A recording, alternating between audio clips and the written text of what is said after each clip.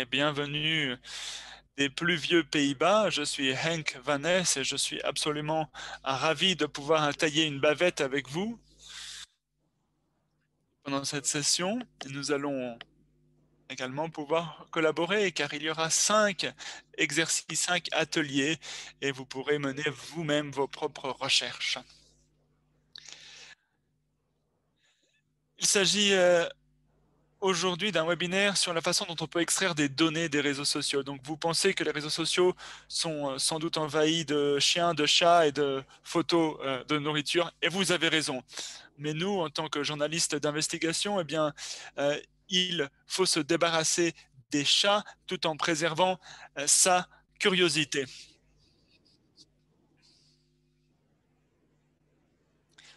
Alors, j'aimerais commencer avec une affaire de meurtre. Un meurtre pour lequel il a été possible d'avoir une meilleure connaissance du déroulé des événements grâce aux réseaux sociaux. Donc avant le Covid, eh bien, j'avais un autre hobby. Avant de participer à ces webinaires, eh bien, en ligne, eh bien, je participais à des ateliers dans la vraie vie.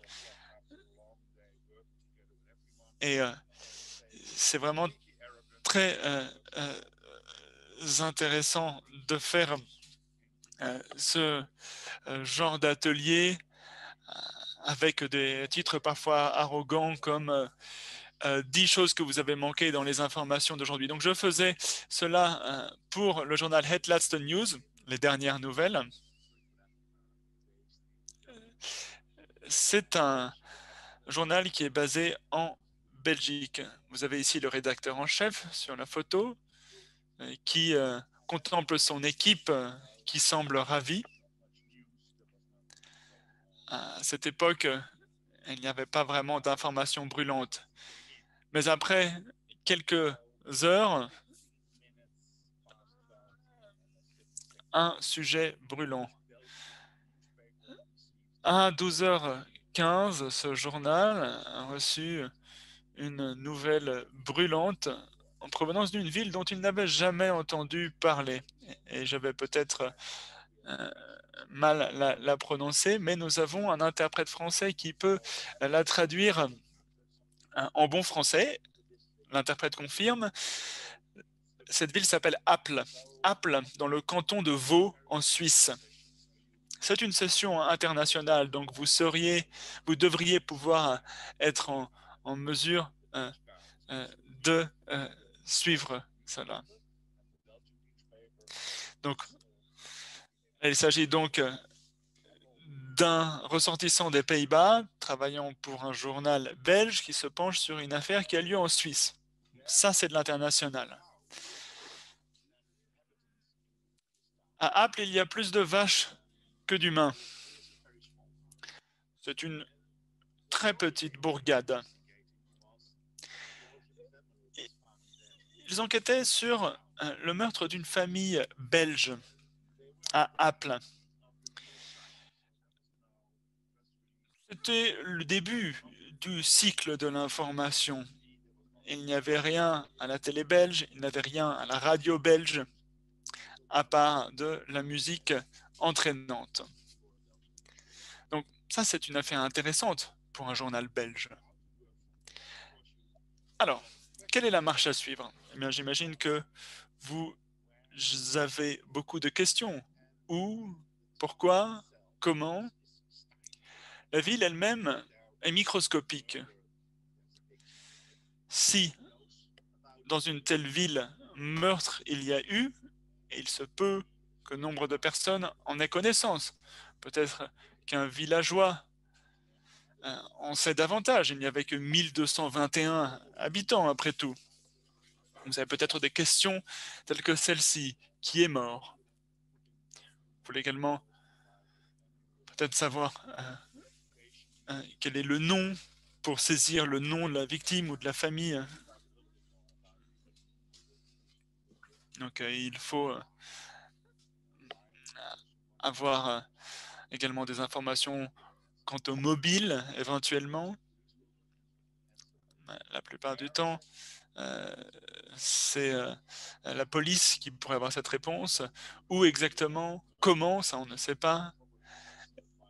D'autres médias ont-ils davantage d'informations? Ça, c'est une bonne approche également. Il faut également consulter les médias suisses qui parlent le, le français, une certaine forme d'allemand, le roman, etc., etc. Mais là, on parle d'une région francophone. Si, comme moi, vous ne parlez pas bien le français, eh bien, vous commencez par saisir Apple mort dans le moteur de recherche de Google. Donc j'ai demandé à voir seulement les 24 dernières heures.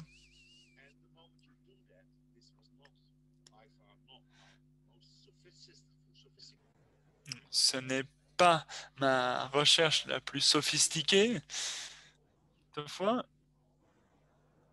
lorsque vous faites une telle recherche, le mécanisme de popularité de Google se déclenche. Et donc Google estimait que je me posais vraiment cette question. De quoi est mort Steve Jobs? Je n'ai pas trouvé ça très amusant car je voulais consulter d'autres articles relatifs à mon affaire et pas connaître la raison de la mort de Steve Jobs. Mais souvent, le moteur de recherche choisit la réponse la plus populaire. Je souhaite naturellement que vous ayez le plus vaste public pour vos enquêtes, mais si vous, ce qui vous intéresse, c'est la vérification des faits, eh bien, ce n'est pas la réponse la plus populaire qui vous intéresse. Vous pouvez régler le problème en saisissant davantage de mots. Donc j'ai tapé Apple, veau et mort. Bon, ce n'est pas la meilleure méthode pour poser une question à Google. C'était en 2019. Donc j'ai saisi ces mots et la première réponse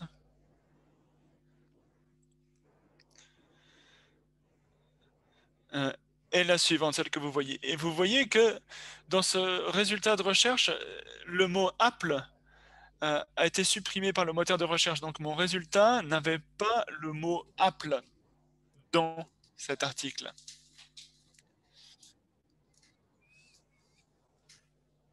Bon, ça ne m'intéresse pas car moi je veux faire mes recherches sur la ville d'Apple. Et Google me dit non, je ne donne pas d'informations sur Apple.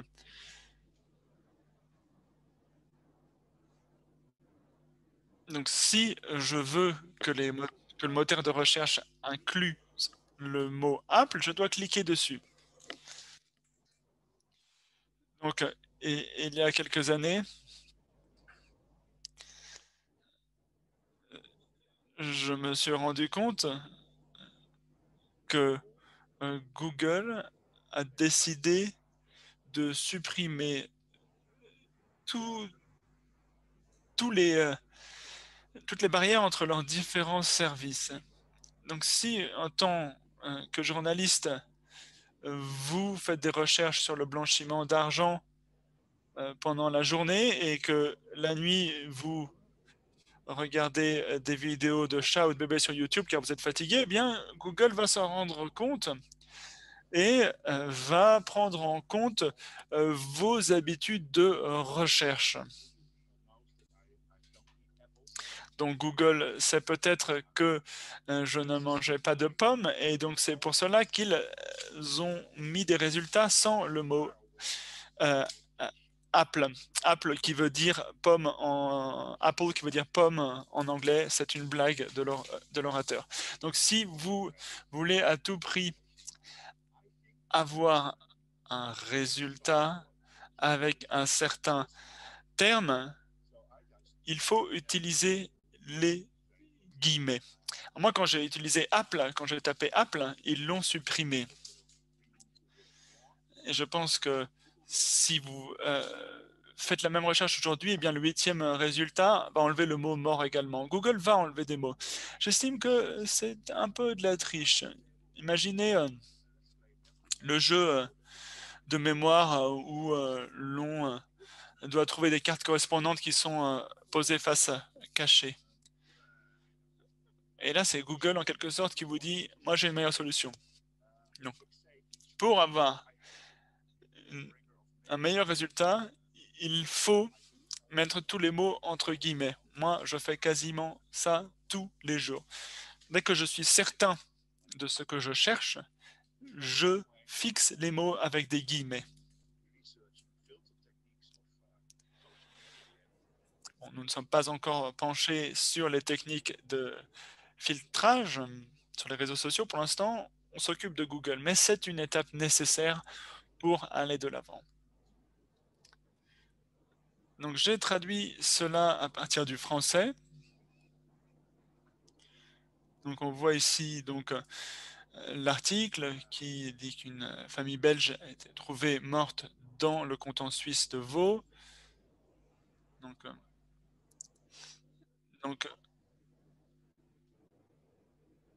ma femme me dit que je dois prendre des cours de prononciation car je ne suis pas capable de prononcer municipalité. Donc, voilà, un couple belge et leur fils de 13 ans ont été trouvés morts dans leur domicile dans le canton de Vaud à Apple. Ah, j'ai une question pour vous. Donc, nous allons travailler 1 minute sur cette question et nous voulons des témoins oculaires. Donc, dans un premier temps, je veux que vous trouviez des ressortissants belges dans la ville de Apple, dans le canton de Vaud. Donc, trouvez-moi des ressortissants belges dans la ville de Apple et le canton de Vaud.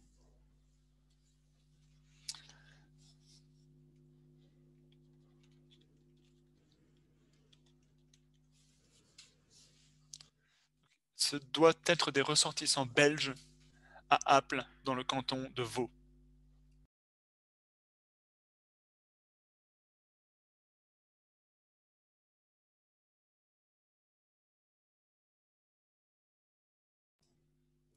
Alors,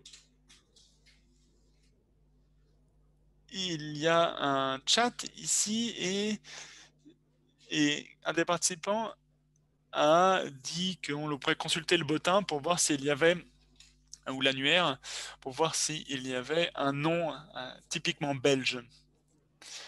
Donc, beaucoup d'entre vous parlent de ces stratégies, mais je veux que vous travailliez sur ces stratégies.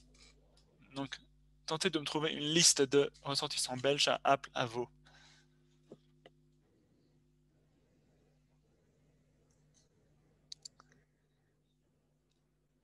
Alors, Monsieur Mekai suggérait une réponse très feignante. Contactez un reporter local. Alors, je me souviens une fois avoir contacté et avoir été contacté par quelqu'un lorsque j'étais un reporter au niveau local et après j'ai eu des problèmes car il a voulu s'approprier mon travail, etc., etc. Donc, tentons de résoudre ce problème par le biais de Facebook et peut-être LinkedIn. Prochain segment, qui et où dans Facebook? Nous savons qu'il y a des habitants dans cette ville, outre les vaches. Donc, je suggère que vous ouvriez Facebook et que vous recherchiez le mot Apple. Vous avez ici l'ancienne et la nouvelle interface de Facebook.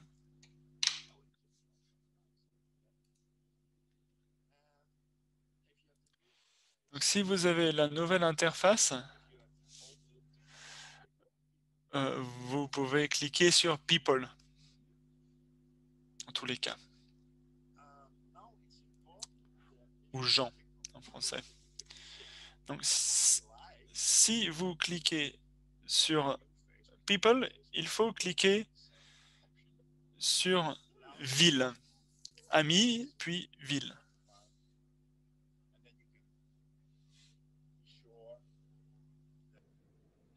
Il faut choisir la bonne ville.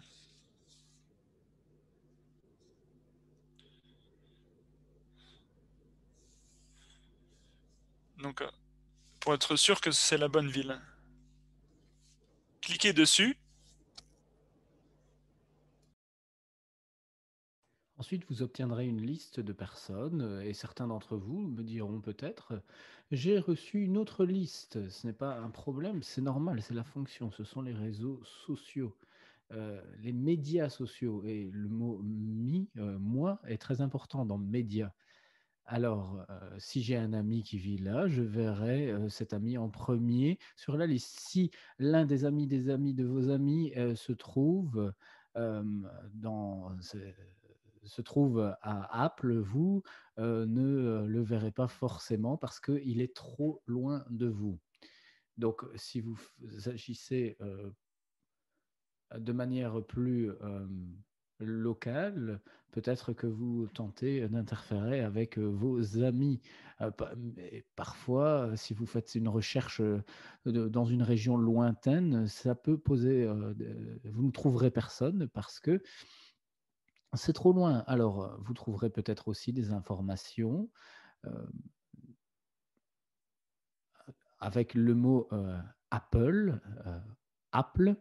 Et donc, certains disent qu'il s'appelle Steve Apple, et ce sont des petits blagueurs qui aiment bien faire ça. Mais il y a un problème. Le mot Apple euh, se trouvait dans le nom, et on peut utiliser ça. Alors, qu'est-ce qui est habituel dans un nom belge? Qu'est-ce qui est habituel dans un nom belge? Certains l'ont déjà indiqué dans la conversation, et je vous en félicite. Je pense une personne de Russie, et il a expliqué savoir ce qui était vraiment habituel. Et si vous n'êtes pas aussi doué que lui, il suffit de taper le nom de famille et puis le pays. Si vous venez d'Éthiopie, par exemple, et si vous ne connaissez aucun nom de famille d'une personne en Belgique, écrivez tout simplement nom de famille Belgique ou surnames en anglais. Vous aurez alors une catégorie dans Wikipédia que l'on appelle nom de famille d'origine belge, surnames of Belgian origin.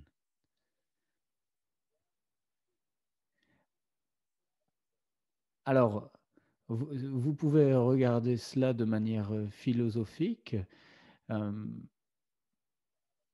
il y a énormément de Belges qui ont Van dans leur nom de famille en Belgique. VAN, un professeur des réseaux sociaux, Monsieur Hopfernam, et qui nous dit je viens de Belgique et moi aussi j'indiquerai Van. Moi aussi d'ailleurs dans mon nom il y a Van, VAN. Et donc regardez très précisément le lien que vous voyez. Ne vous inquiétez pas, je vais mettre ce lien dans le chat dans un instant. Ce lien est très compliqué. Lors de la prochaine session sur les réseaux sociaux, nous vous expliquerons précisément le rôle de ce lien. Il a une signification et nous l'étudierons plus tard lors d'une prochaine session. Et en tout cas, ce lien est très long. Et s'il faut rattraper, c'est le moment. Le modérateur de la salle de l'organisation vous donne un lien. Cliquez sur ce lien. Alors, voyons voir. Si vous cliquez sur le lien, est-ce que vous avez des noms? Est-ce que vous avez des personnes qui apparaissent? Donc, allez dans la conversation. Si vous regardez la séance en vidéo, il n'y a pas de conversation, mais en tout cas, lors de la dernière session, il y avait un tel chat et le lien s'y trouve. Vous le copiez-collez et vous regardez. Regardez-le attentivement. Et on nous dit Q égale Apple. Ce que l'on va faire est vraiment très précis. Cette partie-ci indique filtre égale. Il est possible de décoder tout cela, Et cela indique ne me montrer que des personnes qui viennent de Apple à vous. Ne touchez pas à ça, s'il vous plaît, donc. C'est important pour avoir les personnes qui viennent d'Apple à vous. Donc, maintenant, on a indiqué les noms avec, changer le Q, non pas donc en Apple, mais mettez le VAN, V-A-N.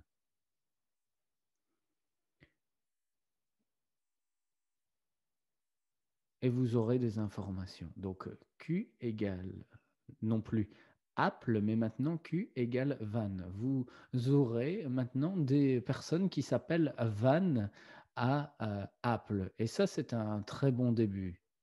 On aurait pu taper Van au début pour certaines raisons techniques, cependant, il vaut mieux s'en abstenir. Il faut veiller à être au bon endroit avec le filtre que vous avez utilisé sur le lien. Vous pouvez vous en assurer. Bon, très bien, continuons. Ou plutôt, arrêtons-nous un instant. Nous avons ces Belges à Vaud et nous y reviendrons un peu plus tard parce que je voudrais partager avec vous quelques astuces que vous pouvez utiliser sur Facebook.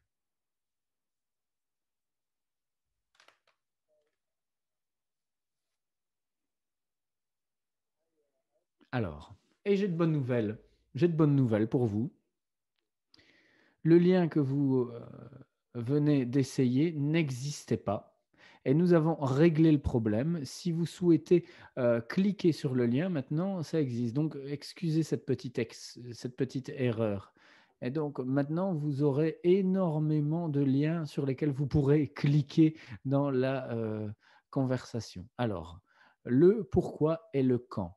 L'ennui de la nouvelle interface sur Facebook, c'est que si l'on veut trouver une publication, une vidéo, cela remonte tout particulièrement à une année précise et pas à un mois ou à une date précise. Si l'on veut trouver des photos d'un bombardement en Serbie il y a des années, c'est difficile avec l'année uniquement. Réglons ce problème.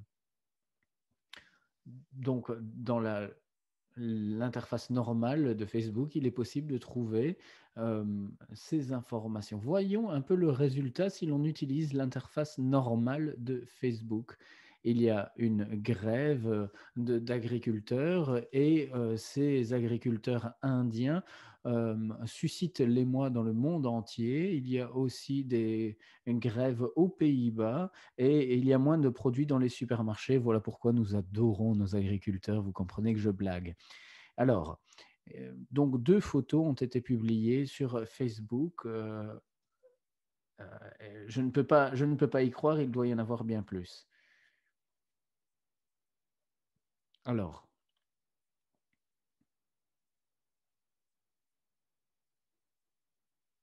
avec quelques amis, j'ai pu travailler sur whopostedwhat.com. Et franchement, le nom est complètement illustratif. Qui a publié quoi? Allez dans la troisième section, si vous cliquez sur le lien que j'ai partagé, et allez dans le mois en question. Le mois en question, c'est le mois de décembre 2020, et indiquez dans cet encadré Striking Indian Farmers, grève d'agriculteurs indiens. Cliquez donc sur quoi et cliquez sur Search, rechercher. Si vous vous exécutez, vous retrouverez des publications sur le sujet en question et la liste est très longue que je partagerai avec le modérateur. Et donc, c'est pourquoi j'ai dit qu'il fallait bien faire attention à ce que vous me demandiez parce que le lien est énorme. Et donc, vous retrouverez une publication d'agriculteurs qui font en grève. Alors, une petite question. Est-ce que cela fonctionne? Est-ce que vous avez la publication sur des agriculteurs indiens qui font grève? Le modérateur me dit que nous sommes inondés de oui. Donc, je vois, je suis content de voir que cela fonctionne très bien. Parfait. Alors, maintenant, Voyons un petit peu la publication qui apparaît. On y apprend ceci. Ou plutôt, on pourrait changer ce lien pour obtenir, par exemple, des photos ou des vidéos. En tout cas, ce dont vous avez besoin. Donc, si vous changez le mot, donc j'ai changé le mot post, publication par photo, vous voyez en jaune, vous aurez davantage de photos qu'il y a quelques instants. Même si nous avons réduit notre recherche à un seul mois. Donc le filtre de Facebook ne fonctionne pas clairement. Mais avec cette petite astuce, cela va fonctionner. Alors, regardez votre conversation et la seule différence entre le lien très long d'il y a un instant, c'est que nous avons modifié le mot post, publication, qui est affiché en jaune sur votre écran. Normalement, le mot post apparaît très clairement, vous le voyez, et on le modifie par photo, qui est aussi en jaune. Et d'après vous, quelle commande faut-il utiliser pour obtenir des vidéos de décembre 2020 sur des agriculteurs indiens en grève? Eh bien oui, vous avez raison, on remplace le mot par vidéo. Et si vous êtes assoupi, voilà, voici le lien si vous nous suivez en live. Et pour tous les autres, bonne chance. Vous devrez le faire vous-même en direct parce que pour retaper le lien, bonne chance. Très bien, ça fonctionne. Alors, je crois que c'est un très bon moyen de retrouver des publications, des vidéos à un moment donné. Et pour les personnes qui recherchent des informations fracassantes, vous pouvez également filtrer pour avoir les dernières publications sur tel ou tel événement, ou les dernières photos, les dernières vidéos en allant dans Who posted what, et vous pourrez affiner votre recherche. Alors, je reviens à notre affaire de meurtre. Donc, on a retrouvé des personnes dont le nom comportait la particule VAN, VAN, et j'en trouve deux. Cette personne était toujours connue comme une personne à ce moment-là. J'ai tenté de la contacter. C'était vraiment facile. Cette personne a donné son numéro de téléphone avec une étoile et a indiqué ne m'appelez pas si vous voulez faire de la publicité. Bon, très bien. À 12h15, on reçoit cette information et à 12h19, nous contactions déjà une personne qui a un nom belge et avec son numéro de téléphone portable. Eh bien, appelons cette personne. Je ne vais pas blaguer, je ne vais plus blaguer parce que la conversation n'était vraiment pas comique. La personne à qui nous avons parlé cuisinait des gaufres, préparait des gaufres, les meilleurs gaufres de veau, si vous voulez mon avis, et du voisinage, et était complètement choqué. Cette personne a tué son enfant, sa femme et lui-même. C'est une tragédie. C'était un drame familial, donc. Je ne sais pas si vous avez déjà interviewé des témoins, mais parfois ce sont des personnes tout à fait des kidams, et donc ils nous disent des choses complètement aléatoires en raison de la fatigue, de leur émotion, et se souviennent de certains points tout à fait clairement et d'autres pas du tout. Et ils connaissaient un peu cette personne. Non, je ne me souviens plus de son nom de famille, m'a dit. C'est Michael, mais je ne me souviens plus de son nom de famille. Il vit à Apple, à Apple, et il adore le basket. Voilà, c'est tout. Vous ne saurez peut-être pas que c'est suffisant et il faut remercier à Microsoft pour cela. Microsoft avec LinkedIn qui permet de réaliser des recherches à partir de certains mots qui ne sont pas tout à fait évidents. Donc, ça remonte à l'ancien propriétaire de LinkedIn qui n'était autre que LinkedIn. Je vous le donne en mille. Donc voilà, j'ai utilisé LinkedIn, j'ai indiqué les mots Michael, basketball, Apple, Vaud, entre guillemets. Donc c'est toujours bien le nom de la localité et puis le canton, la région, et puis le nom est ressorti. Les informations ont été supprimées par la famille il y a quelques semaines, et je peux comprendre, bien entendu. Et c'est peut-être décevant pour vous, mais bon, essayez de trouver quelqu'un d'autre qui travaille pour Philip Morris à Apple à Vaud. Si vous vous souvenez de votre mot de passe euh, sur LinkedIn et avant la fin de la session, allez sur LinkedIn, indiquez Philip Morris et puis guillemets, Apple, virgule, Vaud, guillemets. Vous pourrez alors y retrouver de nombreuses personnes. Ce sont des personnes qui se retrouvent dans la région de Lausanne. En 10 minutes, rien que cela, montre en main, nous avons pu trouver les personnes, le bon nom, et nous étions déjà sur la piste pour retrouver des personnes de contact pour avoir notre information. Et donc LinkedIn, Hank pourrait vous donner plus d'informations sur LinkedIn. Alors, bienvenue à Reimerswal. Et j'ai du mal à le prononcer. En fait, rares sont les Néerlandais à connaître Reimerswal.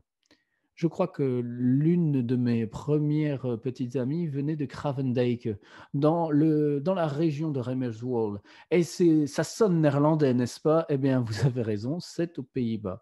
Que peut-on faire à Reimerswald? Eh bien, voici des exemples. On peut regarder les marais, regarder d'autres marais. Ah, encore des marais. Ah, et puis aussi d'autres marais. Et les marais ont une mer. Chaque mère est fière, et je pense qu'il faut toujours être fier si l'on est mère, parce que à quoi bon avoir un maire si votre mère n'est pas fière d'être mère? Donc, ce maire est repris sur LinkedIn et LinkedIn a changé la manière dont il diffuse les personnes à connaître.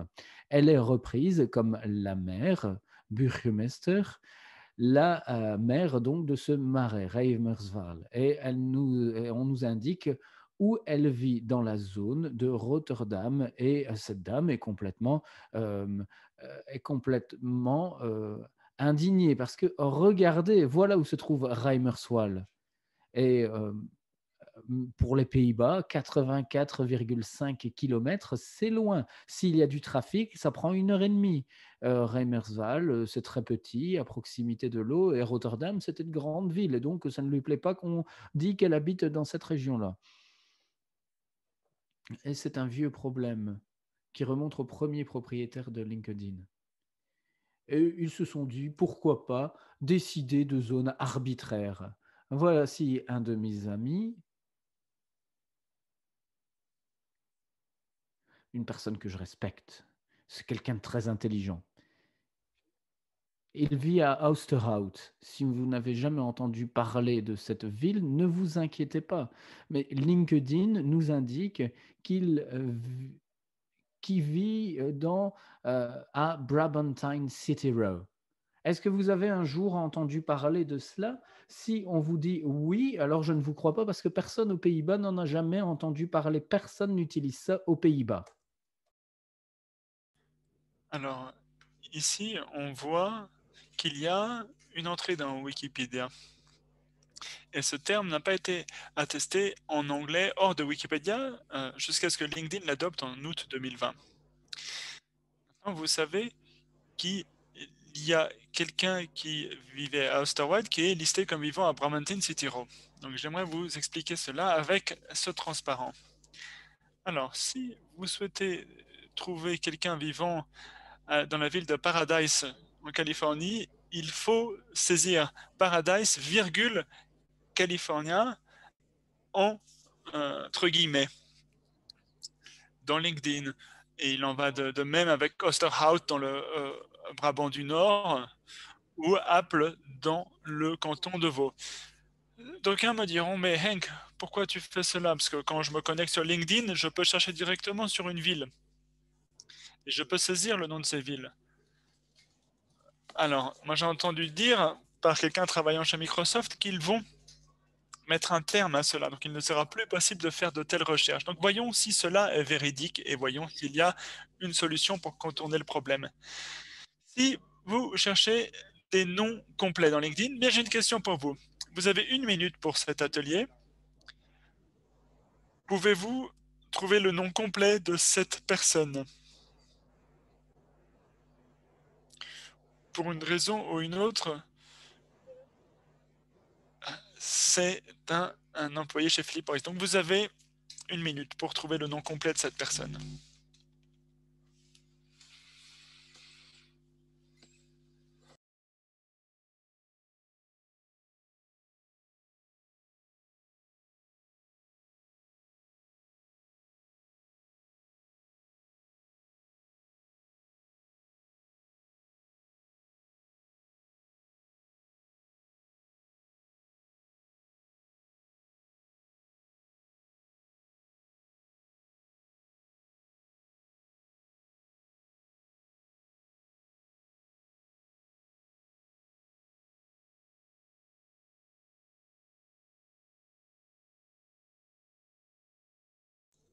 Ce n'est pas si difficile.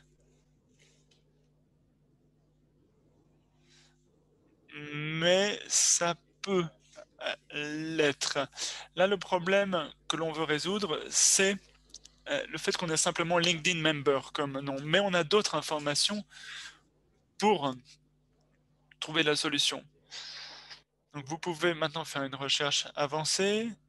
Imaginez que vous cherchez un lanceur d'alerte qui travaillait pour des services de renseignement dans un pays qui maintenant travaille pour une ONG.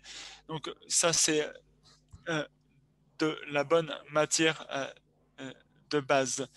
Mais si s'appelle LinkedIn Member sur LinkedIn, eh bien, ce n'est pas suffisant. Vous voulez trouver son vrai nom. Donc, il y a une solution qui fonctionne quasiment à tous les coups. Si vous faites cela, vous devriez pouvoir trouver le nom. Donc, vous mettez l'information entre guillemets, vous mettez la ville et vous décidez donc que vous voulez rechercher dans le LinkedIn indien. Ainsi, serez-vous en mesure de trouver le profil complet.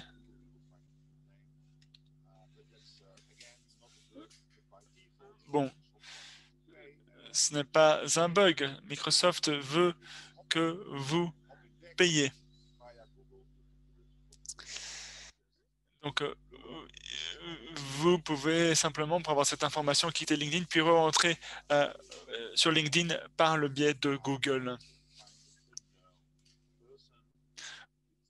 Donc voilà, si vous trouvez quelqu'un d'inconnu, vous prenez les informations spécifiques et vous faites la recherche comme indiqué dans Google.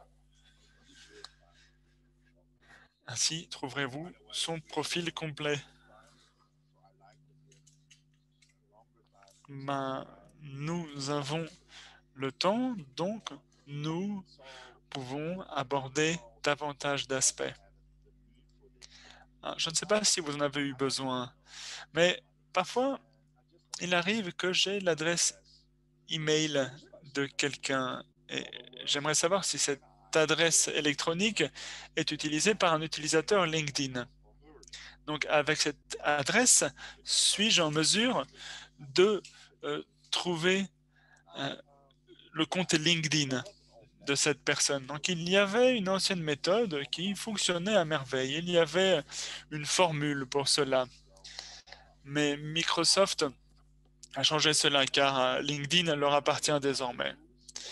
Alors, suivons les règles du jeu. Alors, j'ai ouvert le chat.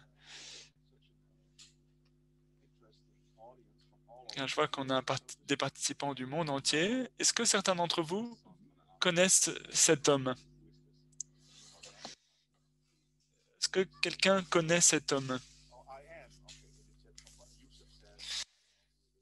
Youssef dit, c'est moi.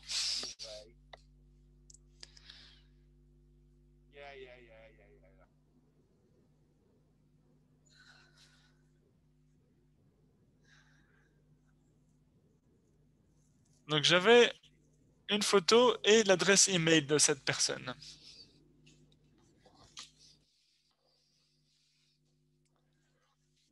Alors, même si vous connaissez des outils de recherche d'individus intéressants comme People Pro, eh bien vous ne trouverez rien. D'ailleurs, si vous cherchez à devenir journaliste pour le Daily Beast, eh bien ça, c'est une de leurs questions pour leur test. Donc, ils vous proposent cela. Donc, comment trouve-t-on un individu derrière cette adresse email? Donc, quel est son profil LinkedIn? Comment faire cela?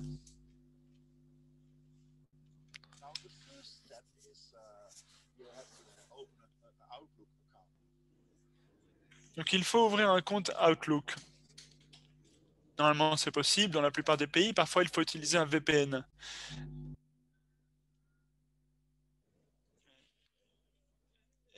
Et Microsoft vous donnera Outlook gratuitement tant que vous leur donnez vos données personnelles. Donc, deuxième étape, il faut aller dans la section contexte. Donc, outlook.live.com/people.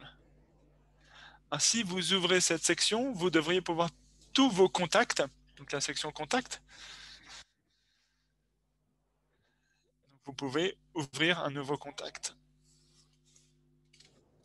Et vous pouvez saisir l'adresse email de notre inconnu.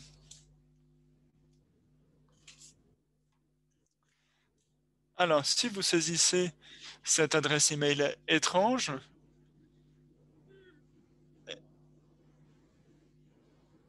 eh bien, d'ailleurs, vous pouvez ensuite cliquer sur LinkedIn ici, car Microsoft veut que vous utilisiez ces produits. Donc ici, on voit que c'est Ali Hussein. Certains d'entre vous avaient trouvé la bonne réponse. Peut-être que j'ai mal prononcé, mais je suis certain que les interprètes de langue arabe vont bien traduire. Alors,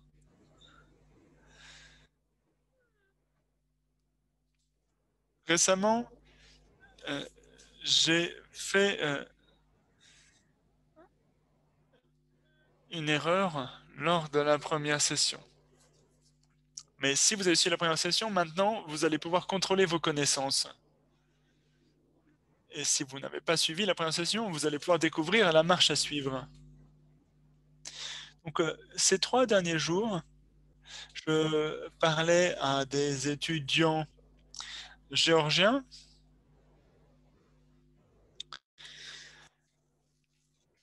et la question que nous traitions était la suivante. Est-il possible de trouver des photos de manifestants pendant une manifestation à Tbilissi?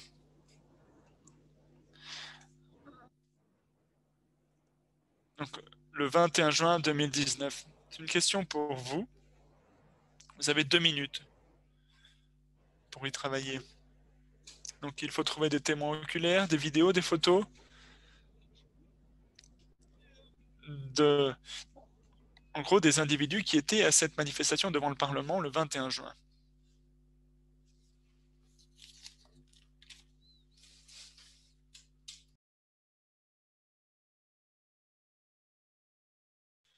Donc, cela se passait à Tbilissi, en Géorgie.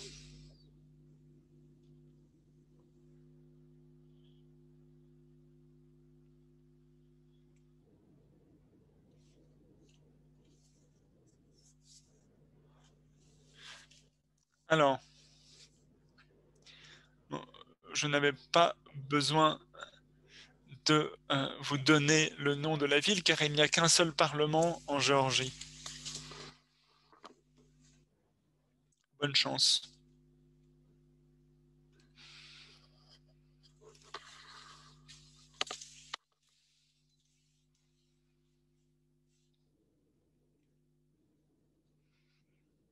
Je vois qu'il y a 2 ou 3 personnes qui veulent nous rejoindre, donc bienvenue.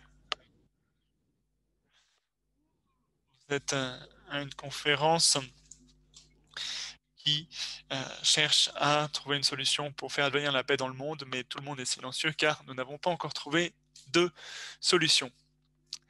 C'est une blague de l'orateur que l'interprète a traduit pour vous.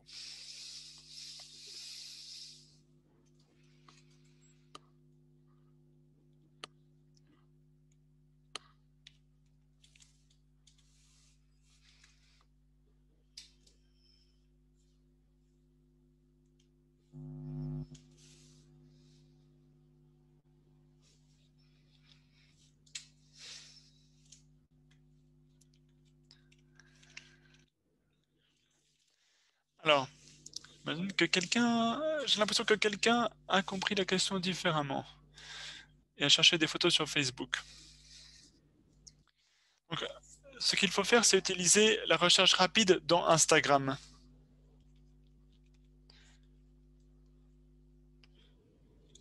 Il ne vous reste plus qu'une minute. Pouvez-vous identifier des personnes présentes à cette manifestation sur Instagram?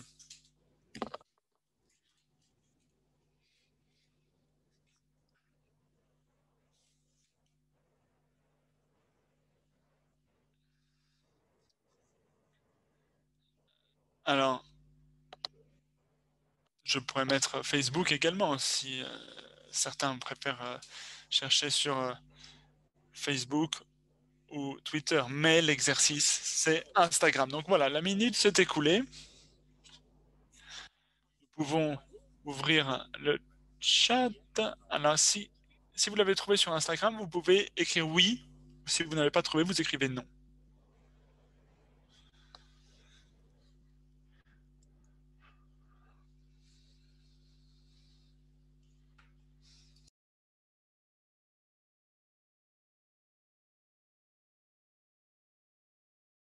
Je vois que mon ami Andrew Leran de la NBC l'a trouvé, mais c'est un pro, donc il doit le savoir. Bon, 50-50, je ne suis pas déçu car nous vous avons enseigné cela la dernière fois. Alors, dans un premier temps, il faut chercher l'adresse. Je ne vais pas prononcer cette adresse. Donc, 8 Chota Ostavelli. Donc, il faut ensuite utiliser la balise géographique dans Instagram. Donc, il y en a plusieurs. Puis, vous choisissez la photo la plus récente.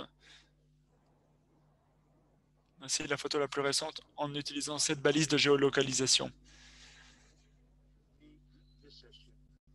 Alors, étant donné que l'on veut être précis, vous pouvez aller sur le lien Who Posted What qui s'affiche à l'écran. Vous choisissez donc la date en mettant le lien et donc vous pourrez avoir le compte qui est lié à cela. Donc voilà, vous pouvez cliquer sur le lien qui a été donné par le modérateur dans le chat. Alors, il nous reste encore du temps pour parler de Twitter. Nous pouvons parler des tweets qui sont parfois supprimés. Alors, je dois en parler avec vous. La question que je souhaite vous poser est la suivante. Avez-vous déjà dû chercher un tweet supprimé? Oui, si vous avez déjà dû rechercher un tweet ayant été supprimé. Beaucoup écrivent oui avec un point d'exclamation, ce qui est assez parlant. Donc, nos participants sont tous des journalistes d'investigation. Donc, j'aimerais que vous me disiez dans un premier temps ce que vous faites lorsque vous suivez un lien vers un tweet qui a été supprimé. Donc, quelles sont vos techniques?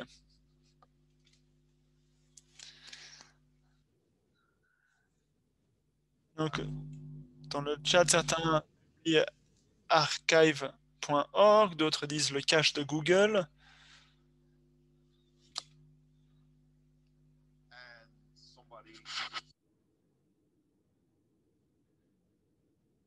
D'autres disent qu'ils veulent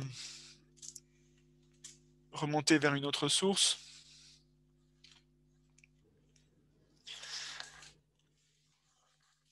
Ça s'appelle Twaku. Mais ça ne va pas vous aider. Alors, si vous voulez trouver des tweets qui ont été supprimés, des tweets de responsables politiques ayant été supprimés, eh bien, qui d'entre vous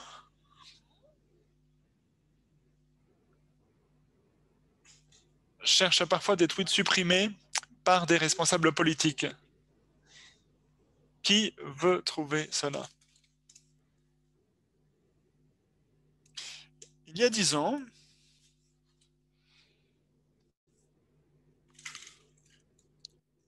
avec des développeurs, nous avons créé une plateforme. Je l'ai créée avec toute une bande de hackers. Donc, ils m'ont dit, on peut faire ce que tu veux, Hank. Donc, je leur ai dit, eh bien, vous pourriez mettre en place un système qui permet de superviser tous les responsables politiques et dès qu'il y a une suppression de tweet, votre site, votre plateforme sauvegarde automatiquement ce tweet. Donc, cette plateforme s'appelle Politwhoops.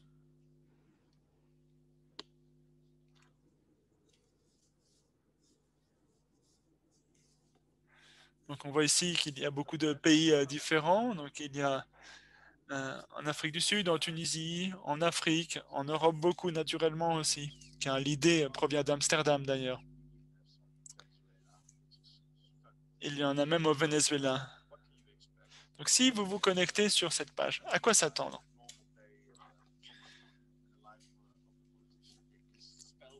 Bien, il se peut qu'il s'agisse d'une faute d'orthographe, mais parfois, eh bien, des politiciens se disent tout simplement « Oups, je n'aurais pas dû dire cela » et l'effacent.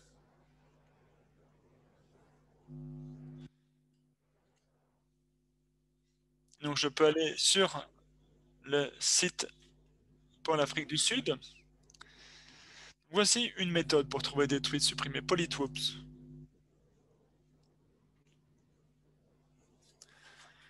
Alors j'ai remarqué que certains d'entre vous ont déjà tapé le lien.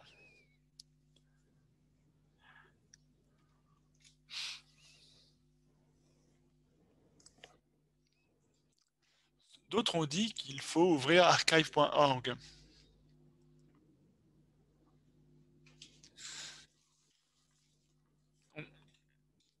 Il y a un problème qui se produit souvent.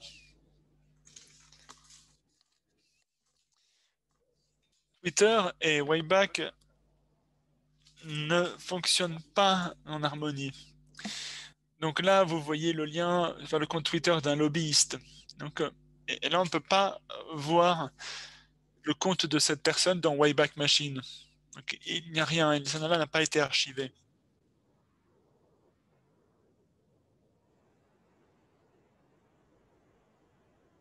Donc, vous pouvez ouvrir archive.today, donc c'est archive.is, c'est le lien. Et là, vous comptez sur le travail des autres, donc vous espérez que quelqu'un ait déjà fait le travail pour vous. Donc vous pouvez saisir le compte Twitter de Donald Trump. Et là, vous vous rendrez compte que certains ont fait une copie.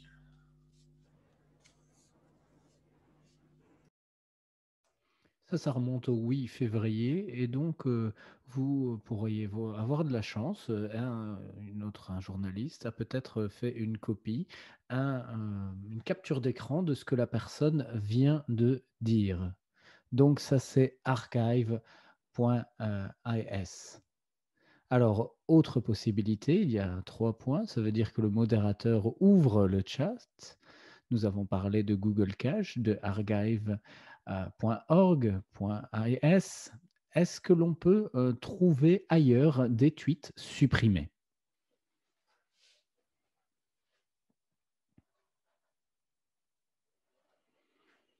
Alors s'il vous reste, une idée, n'hésitez pas à l'indiquer dans la conversation. On a déjà parlé de Google Cache.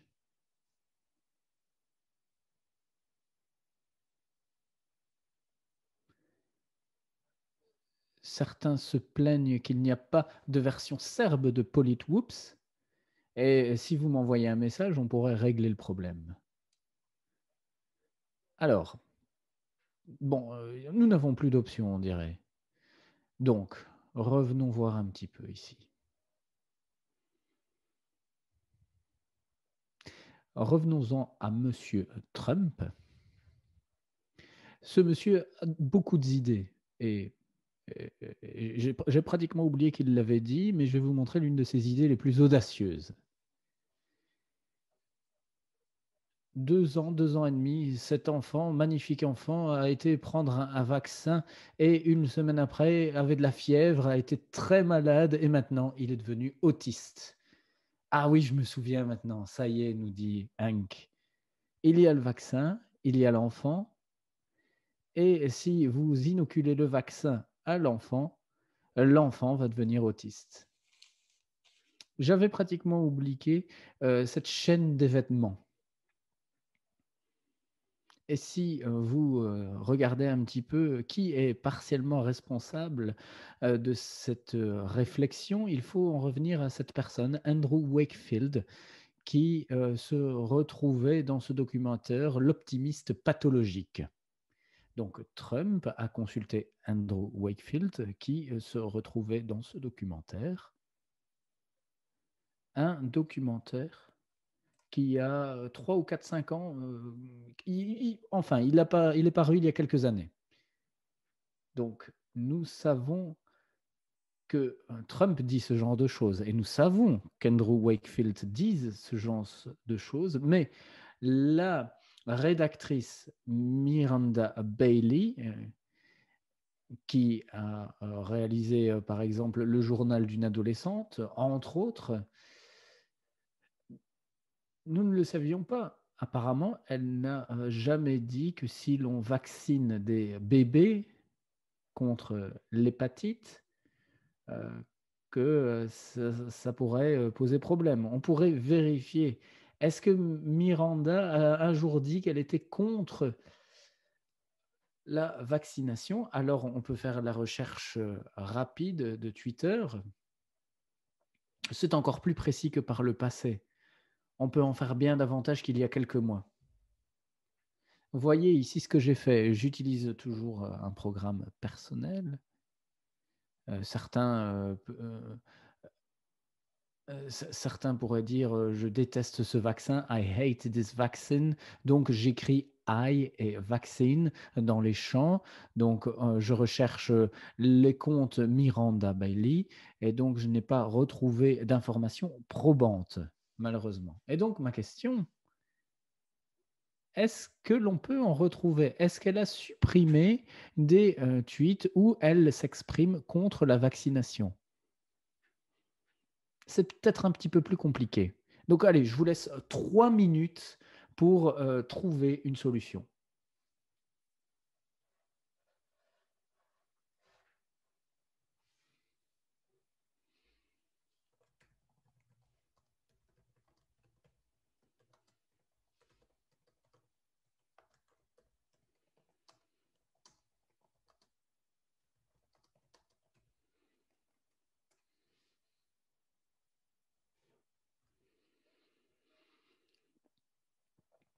Alors, son nom, c'est Miranda Bailey et son compte de Twitter, c'est Miranda M. Bailey, comme il était indiqué ici à l'écran.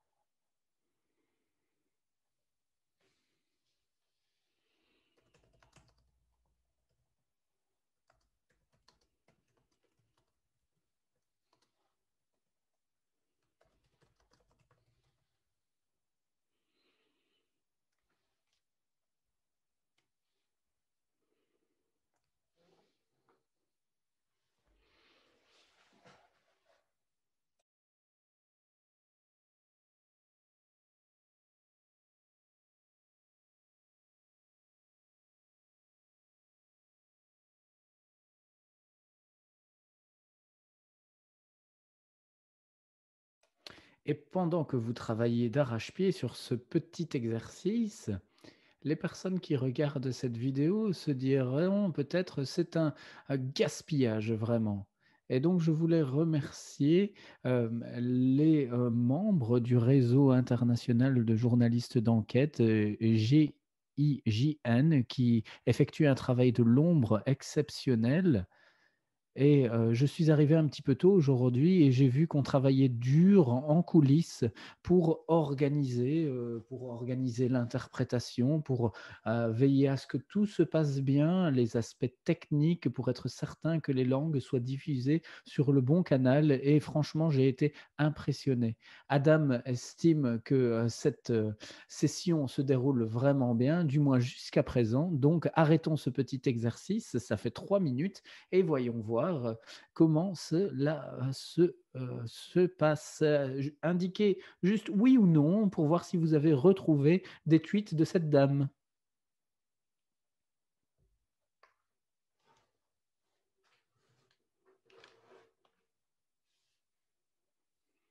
Il y a beaucoup de non malheureusement, ou no en anglais.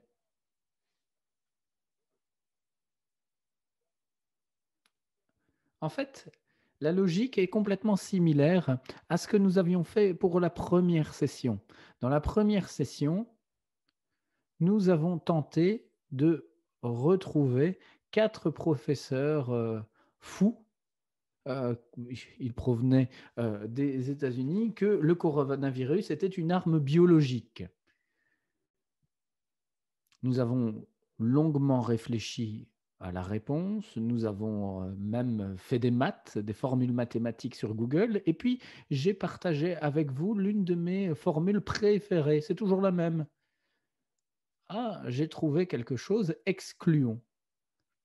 Alors, voyons la petite formule, et cela devient très précis. Si l'on veut trouver euh, des tweets en dehors de Twitter sur le vaccin, voici une solution. Abandonnez. Vous n'avez pas trouvé sur Twitter. Oublions Twitter. Donc, moins site de .twitter.com. Comme ça, on exclut Twitter. Maintenant, je veux trouver Miranda Bailey, mais pas son nom, son compte Twitter. Voilà pourquoi j'ai utilisé le signe arrobase, et les guillemets. Je ne sais pas ce que j'obtiendrai en faisant cette recherche, mais c'est après tout le but. Je ne sais pas si un jour elle a dit quelque chose sur ce domaine, sur cette question ou non.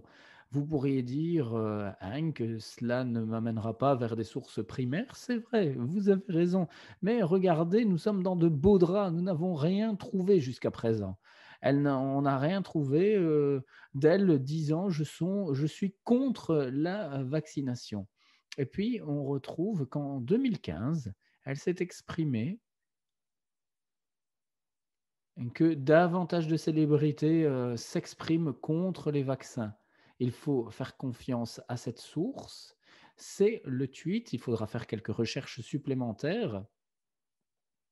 Mais voilà, en tout cas, euh, où elle s'en trouvait. Alors, vous verrez aussi que tout ce qu'elle a dit sur ces questions, et elle est vraiment contre. Et ce qu'elle dit ici, c'est vraiment probablement son vrai point de vue. Très bien. Le dernier exemple qui nous prendra 5 à 7 minutes de votre vie, cela dépendra de votre efficacité pour le dernier exercice aujourd'hui, mais je vais vous expliquer. N'hésitez pas.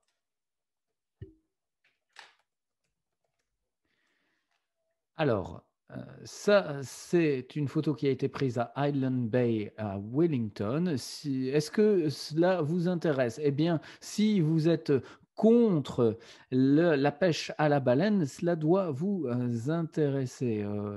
Vous pourriez vouloir traiter de ces questions. Cette personne a reçu un très bel emploi.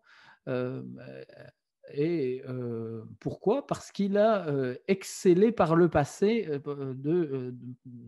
par son passé de pêche à la baleine. Cette personne fut polémique. Personne n'aime que l'on tue les baleines. Personne.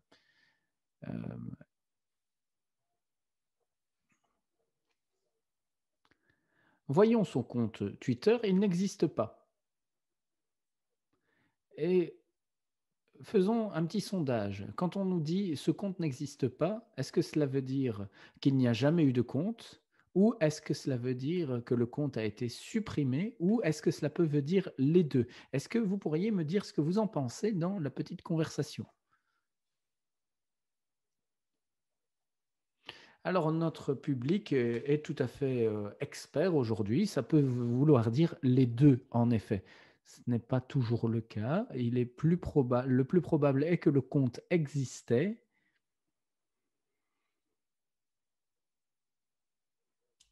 Pour les comptes les plus récents, vous obtiendrez ça, qui ont été supprimés évidemment. Et pour les plus vieux comptes aussi. Et si le compte n'existait pas, souvent il y a un message d'erreur. Donc ici, le plus probable est que ce compte ait existé. Donc ça n'existe pas là-dessus, pas non plus sur Wayback Machine. Ça ne se retrouve pas sur la Google Cache, ni sur la bibliothèque du Congrès. Quoi que vous tapiez, on ne retrouve pas. D'où la question.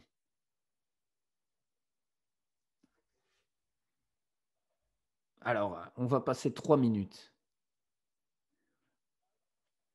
En 3 minutes,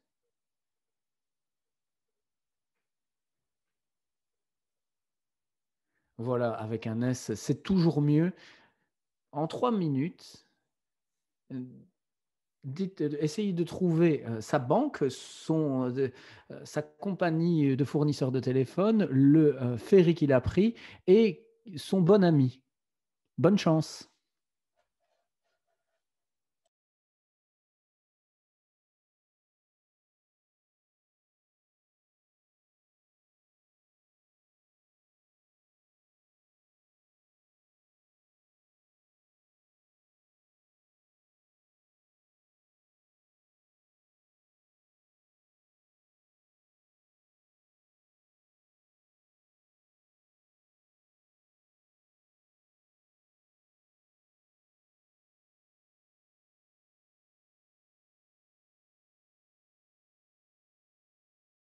Alors, nous allons indiquer les questions sur le chat. Voilà. Les questions se trouvent désormais sur le chat.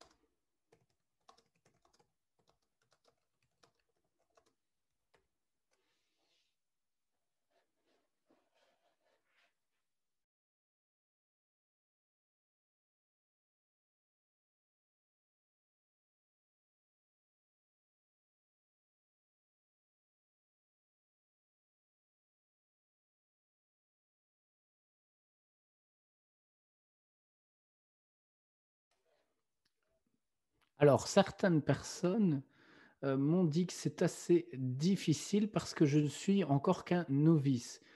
Ne vous inquiétez pas, le GIJN a sa chaîne vidéo, comprend mes vidéos et ces vidéos me hanteront à jamais parce que j'ai une mauvaise prononciation, que ma femme me dit depuis des années que je pouvais prendre des cours de prononciation. Je ne l'ai jamais fait. Voilà, ça viendra me hanter.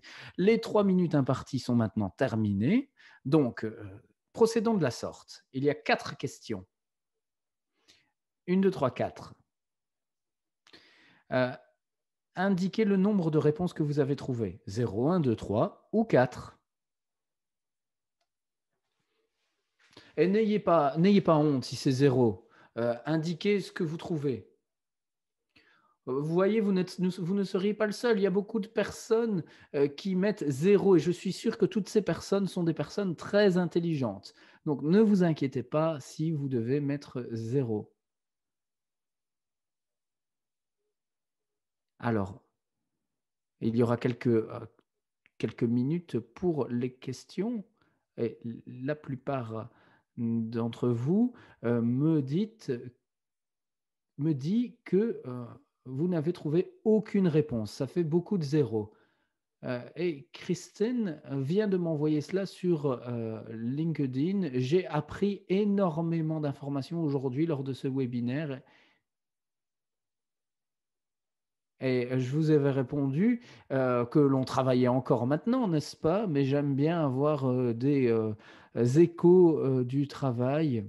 C'est toujours bien. Je ne peux pas voir, vos visages. Je ne sais pas si vous souriez, je ne sais pas si vous m'injuriez. Voilà, c'est très bien d'avoir vos échos, c'est magnifique. Alors, le compte n'existait pas. Donc vous l'avez peut-être vérifié. Ce compte n'existe pas. Vous voyez que j'ai, volé cette, photo à Dreamstime. J'espère que cette vidéo ne sera pas supprimée, du web parce qu'un algorithme en colère s'en prend à moi. Bon, le nombre de personnes qui lui ont parlé à ce compte existe encore et les comptes aussi. Sur Twitter, parfois, il y a des conversations et si vous ne connaissez pas la personne, bonne chance pour retrouver des informations. Mais vous pouvez retrouver les personnes qui ont parlé à cette personne. Et comment? Très simplement, sur Google ou sur un client Twitter, vous saisissez tout, T-O, deux points, le compte, Glenn Inwood, Nouvelle-Zélande, NZ. Et puis, vous pouvez retrouver les derniers. Et là c'est de l'allemand. Et l'interprète ne se risquera pas à le dire, mais c'est très impoli. Pourtant, cette personne a l'air charmante, mais là, elle est un peu vulgaire, je pense, avec ce monsieur. Bon, quoi qu'il en soit, si l'on recherche les personnes qui ont dit quelque chose à notre protagoniste, on voit, notamment les Inter-Islander Ferry. Donc, quel ferry a-t-il pris? Donc, le voici. Et donc, on dit: «Merci pour votre bonne humeur». Donc, il s'est plaint de quelque chose, c'est tout à fait injuste, donc nous demanderons à la boulangerie d'ajouter quelques extras. Alors j'en ai rêvé la nuit dernière et je me suis demandé ce qui s'était passé. Pourquoi se sont-ils ainsi excusés? Eh bien, on ne sait toujours pas, mais il se peut que ce Glenn était sur ce bateau.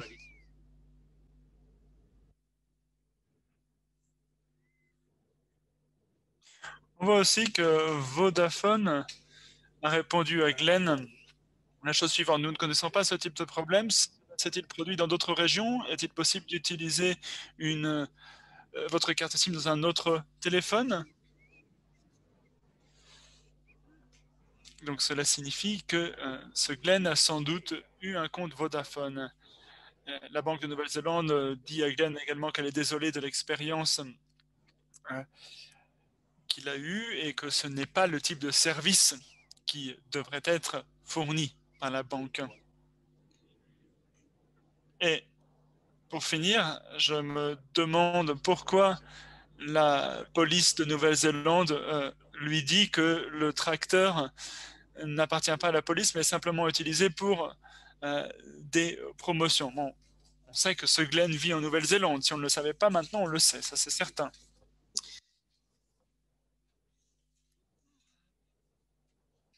Donc voilà son ami Paul qui lui dit je l'ai prise pour toi, euh, je serai de retour en novembre. Voilà pour cette présentation. Il nous reste encore 8 minutes pour des questions. Donc, Eunice, la parole est à toi. Bonjour Hank, merci pour cet atelier captivant. J'ai 4 questions pour toi. Voyons si nous avons le temps d'y répondre. Première question, comment peut-on trouver l'adresse électronique liée à un compte LinkedIn? Alors, cela a trait aux méthodes pour trouver tout type d'adresse email. Donc, vous pouvez payer et utiliser des outils comme People. Et People va vous donner l'adresse email. Il y a également Spokeo. Mais il y a des astuces un peu plus sophistiquées. Donc, et lors du prochain atelier, un atelier qui sera très long, nous pourrons vous parler de la façon de la méthode à suivre pour trouver des emails, des adresses email. Alors, vous avez parlé des tweets supprimés, mais est-il possible de trouver des posts sur Facebook qui ont été supprimés? Alors, de trouver la source primaire sera sans doute difficile. Toutefois, il est possible en utilisant la méthode d'exclusion ou d'inclusion dans le moteur de recherche. Troisième question. Est-il possible d'identifier la personne qui a tweeté ou publié une photo sur Instagram et sur Facebook pour la première fois? Oui, il y a une méthode. Donc, vous pouvez simplement saisir Find Out First Tweet dans Google et cela vous mènera au tout premier tweet. Et la quatrième question, pardon, y a-t-il de nombreux responsables politiques qui sont identifiés sur Politwoops, car certains font valoir que leur site n'est pas représenté? Alors, vous pouvez écrire au siège social de Politwoops. C'est une blague, évidemment. Donc, vous pouvez poser la question et je peux voir avec mes développeurs, peut-être que c'est possible de mettre en place un système, mais il suffit pour l'instant de taper le nom du responsable politique et le nom de l'outil. Vous pouvez contacter Politwoops et vous pourrez avoir une version taillée sur mesure. Donc peut-être qu'il y a une question supplémentaire maintenant. Est-il possible de trouver des individus qui étaient suivis par un utilisateur Twitter à une date donnée, mais qui ne sont désormais plus suivis? Oui, mais il faut suivre cela de près, à savoir qui suit qui est abonné à qui se désabonne de qui. Donc la réponse est oui, il y a des outils pour cela, des outils commerciaux qui vous permettent de faire cela. Mais le problème, c'est que souvent, en tant que journaliste, eh bien, vous ne suivez pas les gens en amont avec des outils de monitoring. Votre besoin apparaît. Mais si la personne qui a posé cette question veut me contacter, je lui donnerai les outils commerciaux. Voilà, Anne, à toi la parole. Merci Hank, c'était fantastique. Nous n'avons plus le temps désormais, mais je dois dire que c'était un webinaire fantastique. J'aimerais également remercier l'équipe de GIGN et tous les interprètes qui travaillent en coulisses, mais également le public. Et surtout Hank cette pour cette présentation fantastique. Hank, ton anglais est formidable, ne t'inquiète pas, nous t'inviterons à nouveau. Hank a mentionné que nous allons organiser 2 webinaires de 5 heures le mois prochain. Ils se tiendront le 11 et le 26 janvier. Il y a un nombre de places limité pour ces webinaires.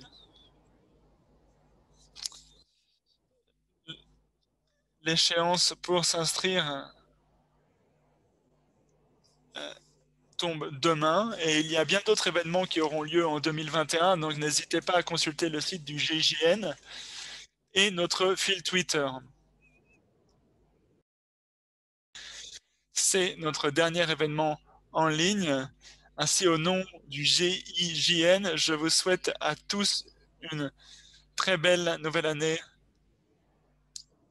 et une nouvelle année pleine de bon journalisme d'investigation. Donc à nouveau, merci à tous ceux qui ont participé au webinaire et à Hank pour sa présentation. Au revoir.